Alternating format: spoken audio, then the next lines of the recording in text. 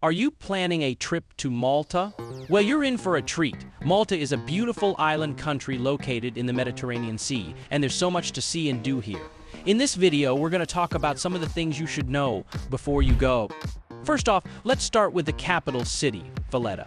This charming city is known for its stunning architecture and historic landmarks. It is a gem that's definitely worth exploring.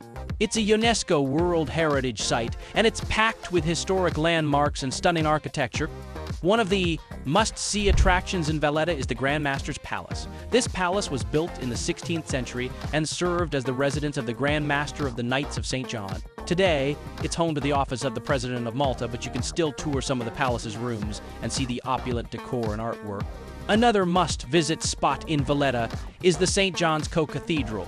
This stunning Baroque cathedral was built by the Knights of St. John in the 16th century and features an ornate interior with intricate frescoes and carving. You can also see the famous Caravaggio painting, The Beheading of St. John the Baptist, which is on display here. And if you're looking for some of the best views of the city, head to the Upper Baraka Gardens. This public park offers panoramic views of the Grand Harbor and the three cities, and it's a great spot to relax and enjoy the scenery. Valletta is also home to plenty of museums and art galleries, so if you're interested in history or culture, you'll have plenty to see here. The National Museum of Archaeology, for example, has a fascinating collection of artifacts from Malta's prehistoric past. Safety is always a top concern for travelers, especially if you're planning to go solo. But the good news is that Malta is generally a very safe place to visit, even if you're traveling alone. Malta is a small country with a low crime rate, and the locals are known for being friendly and helpful. That being said, it's still important to exercise caution and be aware of your surroundings, just like you would in any other destination. One thing to keep in mind is that pickpocketing and other petty crimes can happen in touristy areas, so it's important to keep your valuables close and be mindful of your belongings. It's also a good idea to avoid walking alone at night in deserted areas, especially if you're not familiar with the area. But overall, as long as you take basic safety precautions and use common sense, you shouldn't have any major safety concerns while traveling in Malta. And if you ever need help or have any questions, don't hesitate to ask the locals or reach out to the local authorities. They're there to help make your trip as enjoyable and safe as possible. One of the things you should definitely do while in Malta is to explore the outdoors. Malta is a stunning country with so much natural beauty to explore. One of the best ways to soak in all that beauty is to get outdoors and explore. Malta is blessed with a plethora of beautiful beaches that are perfect for swimming, sunbathing, and simply relaxing. Some of the most popular beaches include Golden Bay, Mellihah Bay, and St. George's Bay. But if you're looking for something a bit more secluded, you can also check out smaller coves and hidden beaches around the island. If you're up for a bit of adventure, there are also plenty of hiking trails to discover in Malta. From scenic coastal paths to rugged countryside trails, there's something for every level of hiker. And along the way, you'll be treated to breathtaking views of the Mediterranean Sea and the Maltese countryside. But one of the real highlights of Malta is the Blue Lagoon on the island of Camino. This crystal-clear lagoon is a true paradise, with turquoise waters that are perfect for swimming and snorkeling. You can even take a boat tour to explore the surrounding caves and rock formations. And when you're ready to slow things down a bit, you can explore some of the picturesque villages that dot the Maltese landscape. Places like Medina, Berg, and Sengleia are full of historic charm, with narrow cobblestone streets, stunning architecture, and plenty of quaint cafes and restaurants to explore. No matter what kind of outdoor adventure you're looking for, Malta is sure to deliver. So grab your sunscreen, your hiking boots, or your snorkel gear and get ready to explore all that this beautiful country has to offer. Language is an important part of any travel experience, and it's always good to know what to expect before you arrive in a new destination. In Malta, the official languages are Maltese and English. This means that you shouldn't have any trouble communicating with the locals, as most people speak English fluently. In fact, English is so widely spoken in Malta that it's often considered the second language of the country. But Maltese is also a fascinating language to learn about. It's a unique blend of Arabic and Sicilian, with influences from Italian, French, and even English. This means that it might sound a bit unfamiliar to you at first, but it's definitely worth taking the time to learn a few words and phrases. Some basic Maltese phrases that might come in handy during your visit include bongu, hello, merba, welcome, and grazie, thank you. Learning a bit of Maltese can be a great way to connect with the locals and show your appreciation for the country's culture and heritage.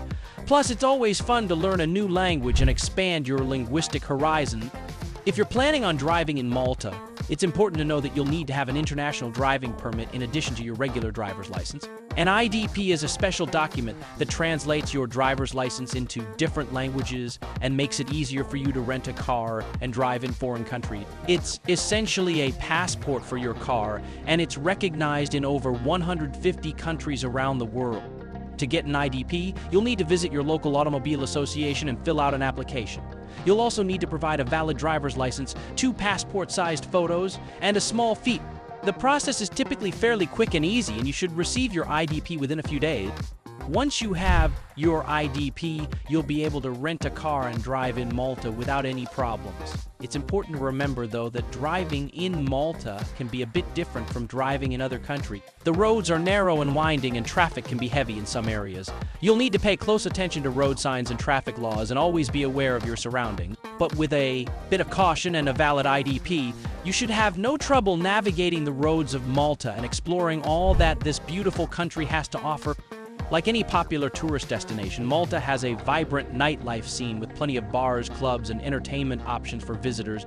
However, it's important to be vigilant when exploring these areas, especially if you're traveling alone or at night. Here are a few tips to help you stay safe while enjoying Malta's nightlife. Stick to well-lit, busy areas. Avoid dark, secluded alleys and side streets, especially if you're alone. Watch your drink. Unfortunately, drink spiking can be a problem in some areas, so make sure to keep a close eye on your drink and never leave it unattended. Travel with friends. It's always safer to travel in a group, especially when you're exploring unfamiliar areas at night. Be aware of your surroundings. Keep your wits about you and stay aware of what's happening around you. If something doesn't feel right, trust your instincts and leave the area. Use licensed taxis. If you're traveling at night, it's always best to use a licensed taxi rather than walking or taking public transportation. While Malta is a popular tourist destination and has a thriving nightlife scene, it's important to remember that it is also a largely conservative country with strong religious traditions. As such, visitors should be mindful of local customs and traditions and try to be respectful of the local culture. Here are a few things to keep in mind. Dress modestly. While it's generally okay to wear shorts and t-shirts during the day, it's important to dress more conservatively when visiting churches, temples, or other religious sites. This means covering your shoulders and knees and avoiding revealing clothing. Respect local customs. Malta has a strong Catholic heritage, and visitors should be respectful of local customs and traditions. For example, it's customary to greet people with a handshake or kiss on the cheek, and it's considered impolite to refuse food that is offered. Be mindful of noise. Malta is a densely populated country, and noise pollution can be a problem in some areas. Be considerate of your neighbors, especially if you're staying in a residential area, and try to keep noise levels down at night. Avoid public displays of affection. While it's okay to hold hands or show affection in private, it's generally considered inappropriate to do so in public, especially in more conservative areas.